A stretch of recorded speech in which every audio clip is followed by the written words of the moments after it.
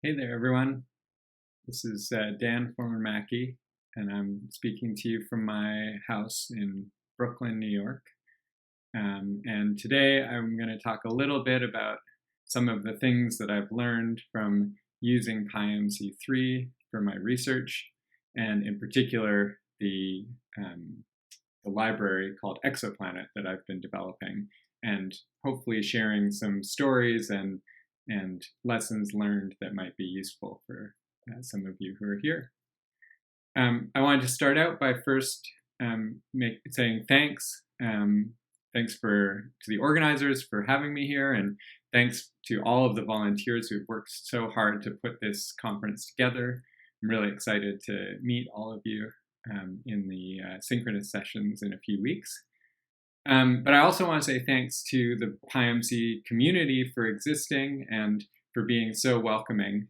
It's been wonderful to start to get a little bit involved in this community. Now, with that out of the way, I'd like to start by introducing myself. So like I said, my name's Dan. I live in Brooklyn, and I'm an astronomer. And I'm like the kind of boring kind of astronomer who, if you hand me if you point at the night sky and ask me to pick something out, I'm not going to be very useful. I've never been to an observatory like the one you have we have in this picture here.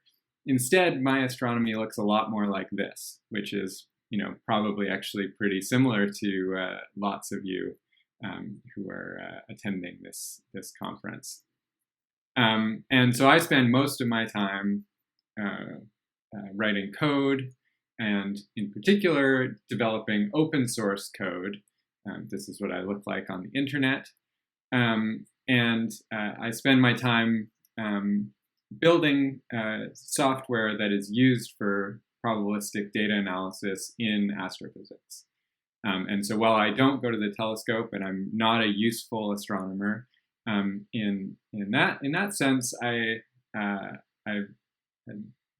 spend a lot of time building the tools that are then used to make discoveries and understand the universe that we live in. And so as an astrophysicist, you might ask, what am I doing here? And like I mentioned at the beginning, I'm here because I've started to use PyMC3 quite a lot in my research. And in particular, I've been developing this library called Exoplanet that builds on top of PyMC3 and makes it easier for some subset of astronomers to use. Now, you might next ask why you should care about this, about an astrophysicist coming to present at a PyMC conference. And in some sense, you shouldn't. That's one of the things that's wonderful about astronomy, is that it probably isn't going to affect your day-to-day life, but yet somehow we are still interested in it. And I think that there might be things in this presentation that either you'll find interesting or you might actually be able to use in your work. And so in particular, I'm hoping that some of the lessons learned that I mention, or some of the keywords that I bring up, might be applicable to other attendees of this meeting. So to get things started, I wanted to give a little bit of context as to where I'm coming from, and talk about where Bayesian inference sits in astrophysics. And the first thing to know is that perhaps implicitly, many astrophysicists are actually Bayesian. This is more and more becoming explicit, but many of the questions in astrophysics are phrased in a Bayesian way.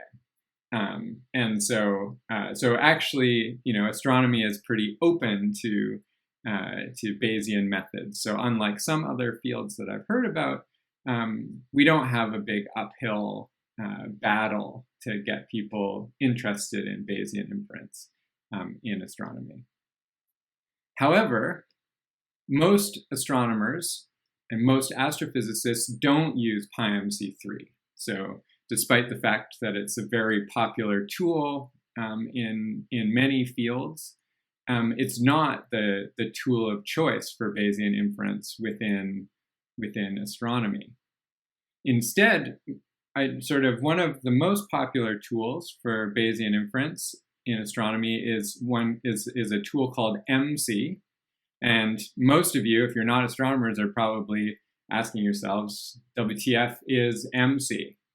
And MC is I'm not offended. It's a library that I wrote. It's an MCMC engine. It doesn't include the sort of probabilistic programming language that is associated with tools like PyMC, but this particular tool has been quite popular in astronomy, and in fact, the paper that I wrote about it has 4,000 citations or something like that.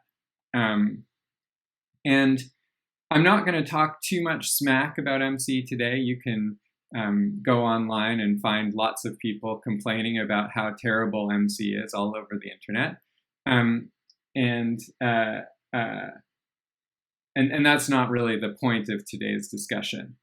But I wanted to talk a little bit about why MC is so popular, because that'll help motivate some of the issues that we face when trying to use things like PyMC for astronomy applications.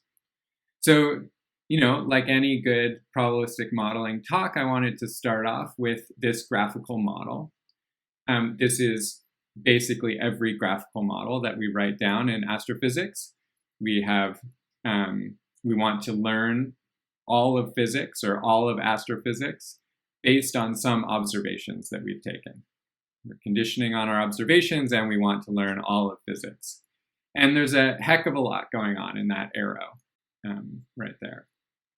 So another way of phrasing this more astronomy specific is that we want to learn everything about the entire universe given some, say, photons that we've collected using a CCD camera.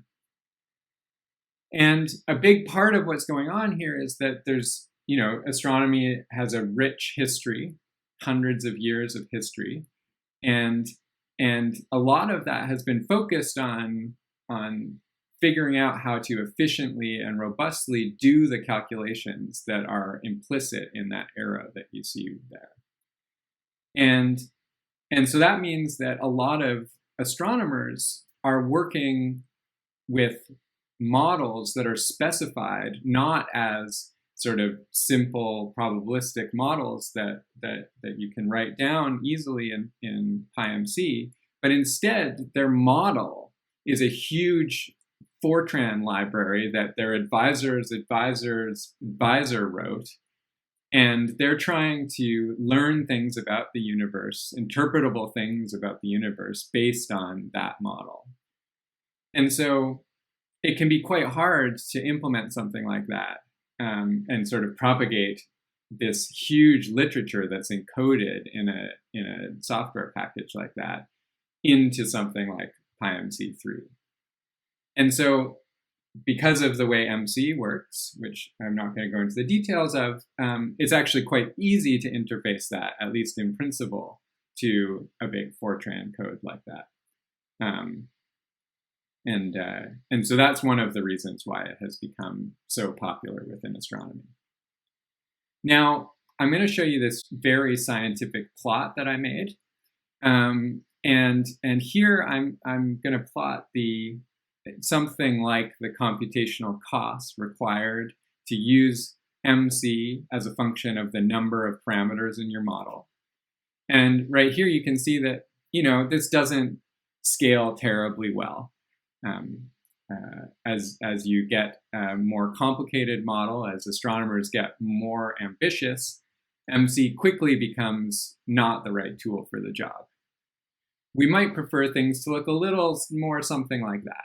We're willing to work a little harder as our problems get more complicated, but we don't want to, but we don't want this terrible scaling that you get with something like MC. And so this was my starting point when I started to get interested in PyMC3. And and when I started to try to understand how to port some of our interesting astronomy problems into this type of framework. And so that's where we're going to go here. But the next thing I wanted to do was give a little bit of context for the specific scientific application that I decided to start with. And that is time domain astronomy. And this is a especially exciting field right at the moment. Basically, the idea is that we're really starting to make high definition movies of the sky. And we're starting to look at how things change as a function of time at a very precise level. And this is the field that I've been working in since I started as an astronomer. And so it's the place where I decided to really focus my energy when trying to learn how to use PyMC 3 for astronomy. So when I say that we're making movies of the sky, what I really mean is that we're measuring some quantities as a function of time. And so, for example, we might measure the position of stars as a function of time. Or we might measure the color of something as a function of time, like the color of a star or the color of a galaxy. Or the thing that I've mostly focused on in my research is measuring the brightness of stars as a function of time. And it turns out that there are many, many things. As soon as you open this axis of time, there are many things that you can learn about the sky and the universe based on these measurements. And one very exciting application is exoplanets. So exoplanets are planets that are orbiting other stars besides our own. So these are planets that are outside of our solar system. And thousands of exoplanets have been discovered, and it seems likely at this point that almost all stars out there have planets around them and planetary systems. And some of those planetary systems look a lot like our solar system, and some of them look nothing like our solar system. And there are all sorts of exciting questions about what can we learn about our solar system and where we fit in the universe based on all these discoveries that have been made. And in particular, one of the biggest ways of discovering these planets and characterizing these exoplanets is called the transit method. And I wanted to very briefly talk about how that works, because that's the application, or one of the applications that I'm going to talk about quite a bit. So let's say you happen to be an alien astronomer looking in at our solar system. You would see a star that looks something like this. And if you happen to be looking at exactly the right time, at exactly the right angle, you would happen to see Jupiter cross in front of the surface of the star. And so this is our sun. And to scale, you see Jupiter. And what's going to happen is that Jupiter is going to block some of the light from the sun. And our alien astronomer friend will be able to see the change in brightness of our sun based on Jupiter crossing in front of the line of sight. And this is to scale here. So this is starting to give you some sense of why probabilistic methods might be important here, because this is pretty tiny compared to the surface of the star. So it's actually not blocking a huge amount of light. And it won't happen very often, and it won't happen for a very long time. To make things even worse, I can show what the Earth transiting the sun would look like, and you can see that it seems like it's almost impossible to imagine detecting a signal caused by that type of shadow. But it turns out that we can, and in fact, we can measure very, very accurate properties, even of Earth-sized planets transiting other stars. And so I'm going to talk about how we do that in just a moment. But first of all, I want to emphasize that this is not actually the picture that an alien astronomer would see if they were looking at our star.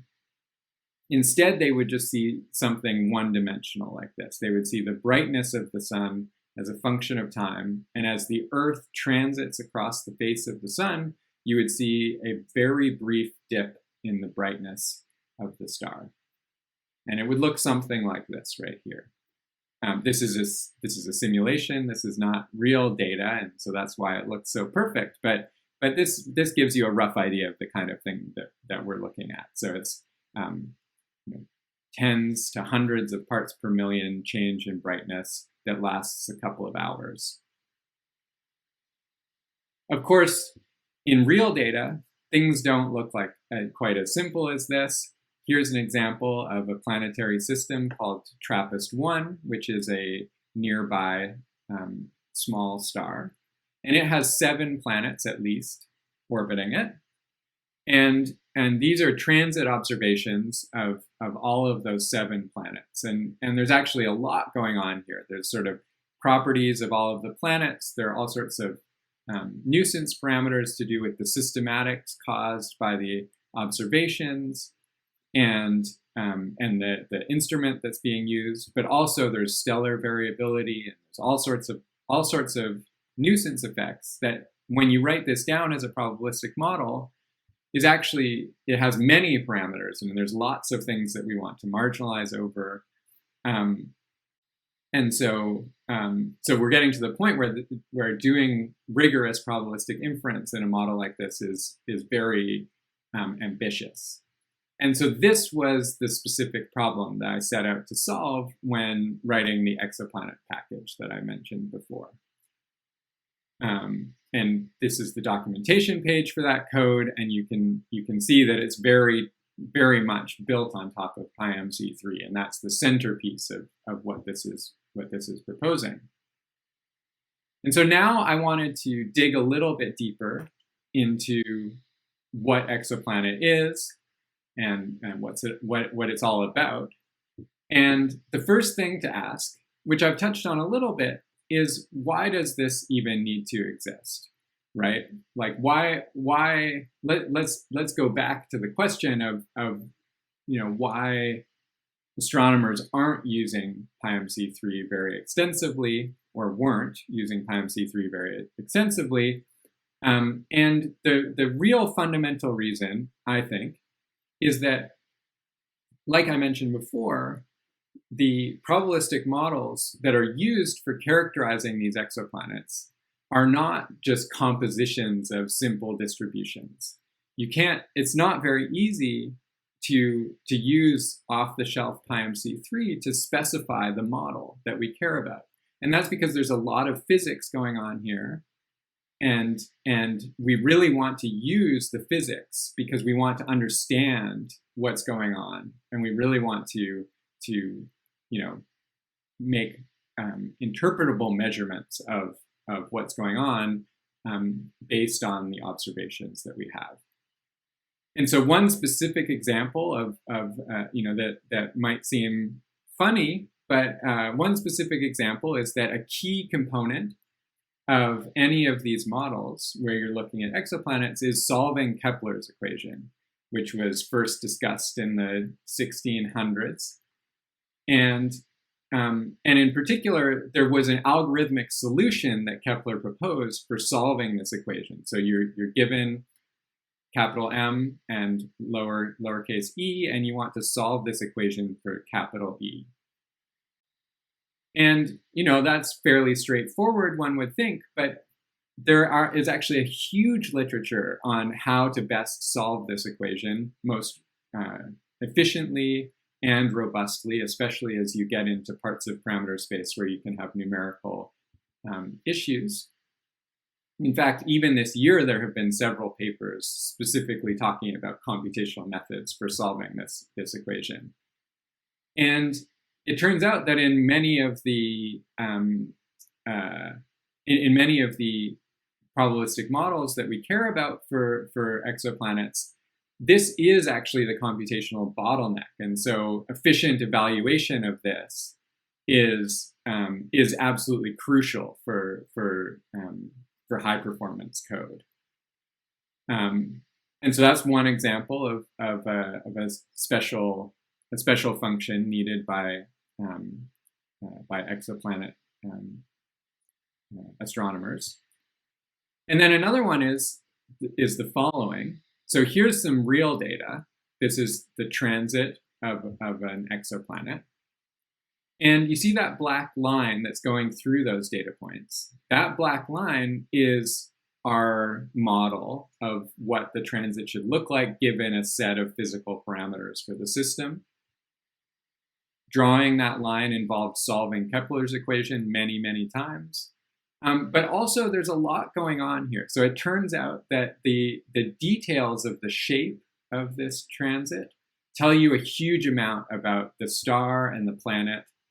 And it tells you about the size of the planet, but it also tells you about the speed with which the planet is transiting across the surface of the star, and it tells you all sorts of details about the orbit of this system that you might not expect would be accessible through something like this. And it turns out that there's actually a huge amount of math and physics that goes into calculating the specific shape of that black line. In fact, I printed out a recent paper from just last year that describes these methods, and it looks something like this right here. And it turns out that it's quite hard, or I would say it's impossible to implement something like this easily within existing PyMC3. And so I've been spending a lot of time inside this exoplanet package figuring out ways to expose these types of models and make it possible to evaluate them and incorporate them into PyMC models. And so, as some of you might have guessed already, I've spent an outrageous amount of time on this documentation page, trying to figure out how to write custom Theano operations in C and C++ that make it possible to efficiently evaluate these astronomy-specific models that are required for doing inference with PyMC3 for exoplanet applications. And so I wanted to very briefly mention a specific set of ops that I implemented in Theano that might have applications beyond exoplanets. And in particular, I've recently extracted those from the exoplanet library into a new package called Solarite II. And the history of this is not important here, but essentially this is just it's a scalable Gaussian process method for one-dimensional observations, so things like time series with unevenly sampled data and heteroscedastic observation model, and it is now implemented with very high performance Theano ops, and so you can easily incorporate this into any of your PyMC3 models that you're where you might need something like this. And there's lots more details on the documentation page and in the papers that I've written about this, but what you can see here is that it has linear scaling with the number of observations, even though it's an exact method. And so this might be useful for some of the things that people here are working on. So I just wanted to briefly mention that this is a custom Theano op that might come in handy to people here. So the other thing I wanted to mention, going back to why exoplanet exists in the first place, is that another big reason why astronomers haven't been very quick to pick up on PyMC3 is that the documentation isn't necessarily written in a way that's very accessible to a domain scientist. And in particular, that's nothing specifically wrong with the documentation, but what I'm saying is that there's really a different language, and astronomers have developed a way of thinking and talking about probabilistic models that aren't necessarily the same as other fields. And so one of the big things that I've been trying to do with this exoplanet library is to write astronomy-specific tutorials that introduce people to the terminology and the infrastructure in a way that makes it obvious that it's useful for their work. And so I have sort of a general introduction, and then I put together a whole gallery of examples that are detailed worked examples with real data of how you would use PyMC3 to do astronomy. And this is great. I think it's hard to really quantify this, but I would say at this point it looks like this is working. So PyMC3 is getting much more uptake within astronomy. I can't take all the credit for this, but but over the past couple of years, the number of papers that reference PyMC3 has just been skyrocketing. This is limited to astronomy. And of these, so far, Exoplanet has something like 40 citations already, even though it's only been released for a couple of years. And this is just picking up faster and faster.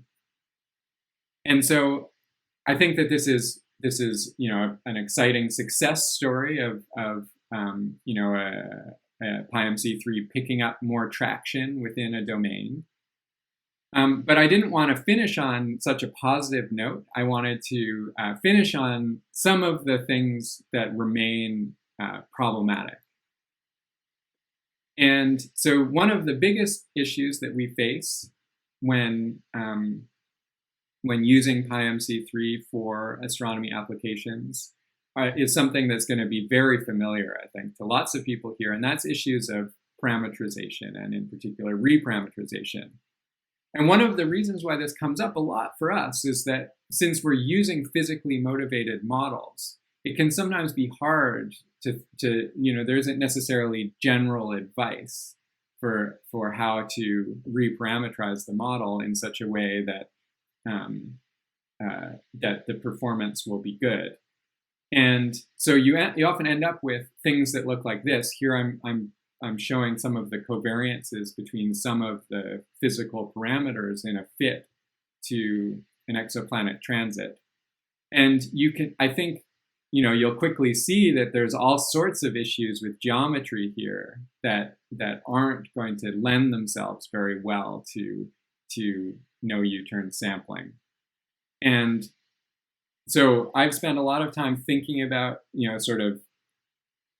physics arguments for, exactly why these covariances are getting introduced, and trying to come up with a good set of suggestions for specific problems. But I've found that every new problem I approach and every new problem that my users approach, there's sort of a whole suite of new issues with reparameterization. And this is something that I really don't know what the right answer is, or sort of, is there some general set of methods that we can use to make it so that I don't have to always think about this every time I approach a new problem. Another remaining issue is that the learning curve for PyMC3 is pretty steep. And I mentioned before that the documentation isn't necessarily the easiest entry point. So for example, if you go to the PyMC3 main homepage and click on Quick Start, this is where it starts, which maybe is a useful place for someone who already knows what they're doing and sort of understands why they want to use PyMC3 and things like that. But to me, this doesn't feel like a very friendly welcome to this ecosystem. And so I think that there is work to be done in sort of the onboarding stages. And perhaps this is because I don't know what exists, and I'm hoping that there are things that I can learn from this conference about what is out there. But perhaps there's also, there is something that we could do as a group to develop better resources for scientists looking to start using PyMC3. And then the last thing that I'm worried about is, what does the future look like?